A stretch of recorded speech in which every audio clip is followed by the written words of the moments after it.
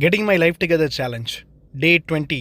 இன்றைக்கி காலையில் சீக்கிரமே எந்திரிச்சாச்சு. இன்றைக்கி நானும் ஒய்ஃபும் தேனி பெரியகுளம் அக்ரிகல்ச்சர் காலேஜுக்கு போயிட்டுருக்கோம். அங்கே அக்ரி அண்ட் ஃபுட் பிஸ்னஸ் பண்ணுற உமன் ஆண்டர்ப்ரனர்ஸுக்காக ஒரு ஸ்பெஷல் இன்குபேஷன் சென்டர் இருக்குது. அங்கே 3 days marketing workshop conduct பண்ணுறாங்க, exclusively for women entrepreneurs.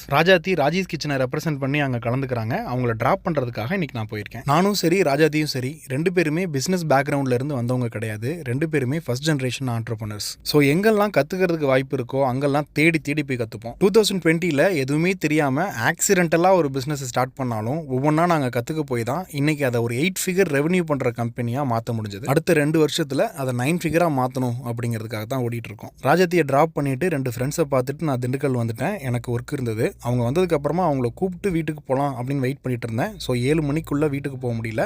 Webinar start ஆயிடுச்சு. அதனால் கார்லேயே போக அட்டன் பண்ணிட்டே போகிறேன். Be 1% better than yesterday.